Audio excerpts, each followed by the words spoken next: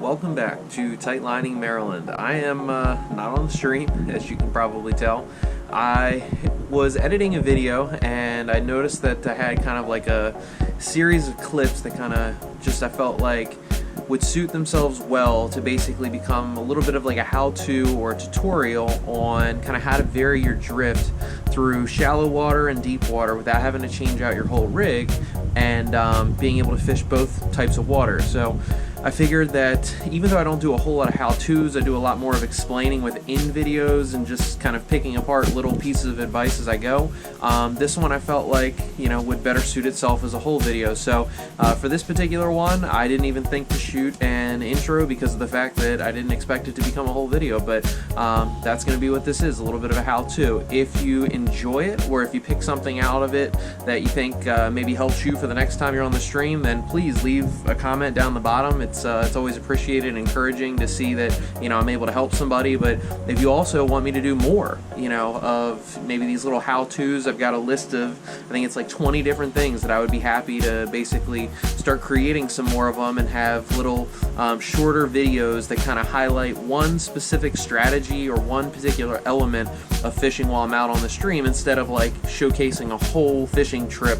So maybe I can start doing that, a little bit of varied, like one fishing trip a week and then maybe one little how-to a week. So anyway, enjoy this video and thank you as always for watching. I appreciate it. As I was fishing this particular run, it's only maybe a foot and a half deep in its deepest part, and that's vastly different than the spot that's roughly 3 to 4 feet deep would be my guess. So when I'm using this double nymph rig and I'm trying to get down into a foot of water, foot and a half of water, and I have, you know, more than enough tippet to be able to get down there, I actually have to do a little bit of line leading, where when I cast and I flip that down in, at that point, instead of putting my sighter down by the water, I actually keep it up off of the water, and I just kind of guide it. There's a hit too. Guide it down through. So the difference here is because I have more line than usual, I'm just going to keep the sighter off the water, and I'm going to stay out ahead of the flies a little bit more.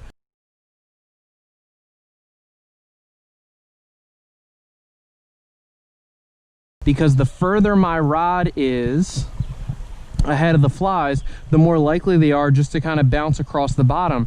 If I were to switch that up and, you know, get right up above them, they're going to sink right down, and then I'm going to get caught on every little rock. So in this case, on a situation where it's a little bit shallower water, I'm going to lead those flies and I'm going to lift up on my line and keep that sighter off of it. There we go. Just like last time. Oh, he was right at the top of that run.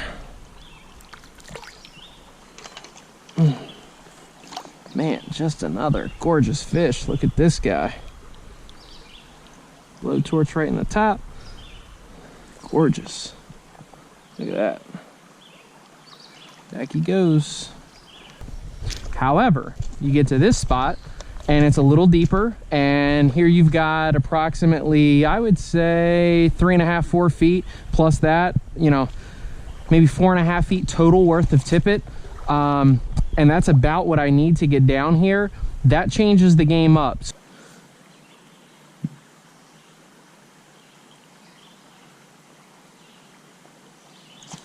There we go.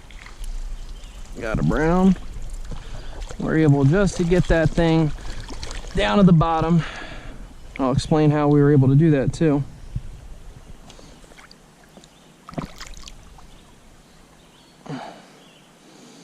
Just enough for that blowtorch to end up in his mouth.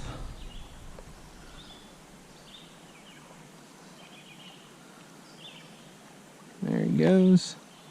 And he is completely shredded my blowtorch. So we're gonna take that one off and put something else on, and then talk about how we get a good drift in a spot like this. This side of the stream has a little bit more depth. I mean, you're talking, this is probably 3 to 4 feet deep, maybe slightly more in its deepest part, but generally speaking about 3 to 4. How I drift, given that I have just about that exact amount of tippet, is going to be vastly different. So you can fish this, you don't have to cut down the tippet, but fish it differently, where again, you lift the rod tip and you guide it through, whereas here, you know, I want to get right up above those flies as soon as possible. So we're going to just do a bow and arrow in, and then I'm right up on top of it, straight down in, kind of staying right with my flies as soon as they go in the water. So as a result, you get it down to the bottom and you give yourself a better chance of getting any fish that are sitting down in there. So we're gonna see what we can do to get this guy, because this is a nice fish. I can't tell if it's a brown or a rainbow, not that it matters, because all we care about is landing them. Let me get my net ready. If it's a brown, it's definitely my biggest for this stream. Okay, net's ready. Fish is still fighting.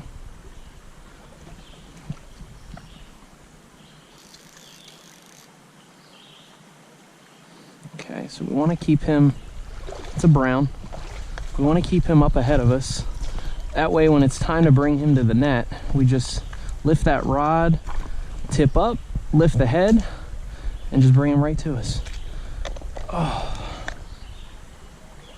All right, I gotta keep him out of that. Good fighting fish.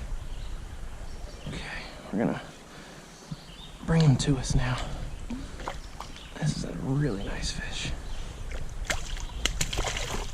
Looks to be a potential stocked fish though, which is interesting. I don't know if I've ever caught a stocked brown out of here. There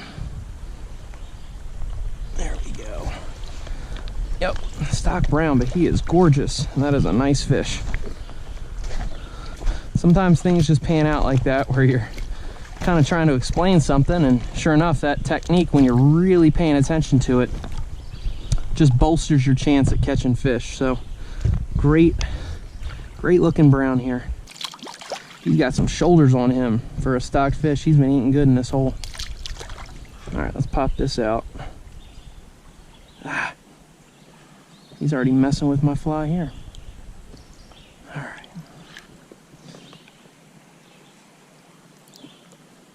Big, thick, fat brownie. Let's get him back. So, again, just a difference on how to, get your flies to depth, and how ultimately to get your best drag-free option where you can potentially land a fish. So here's what we're using that we switched over to.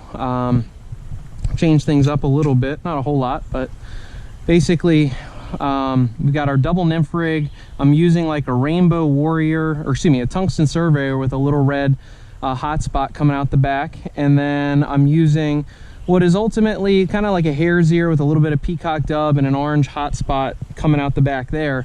So something a little flashy, two different options, two different color beads, giving these fish some choices here today, and thankfully reaping the rewards of some nice fish. So we're gonna do that again. Just pop this thing in down at the top of the run, get it right up underneath of us, drift, drift, drift. Okay, nothing there. Bingo.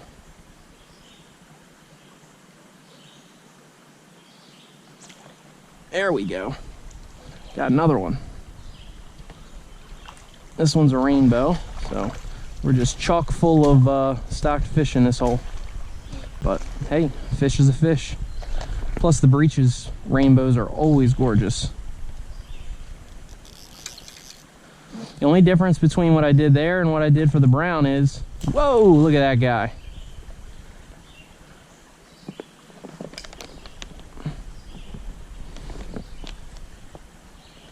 Only difference again is that I just casted to a different part of the stream. So he was just sitting a little bit closer to the bank, whereas the brown was a little closer to the middle.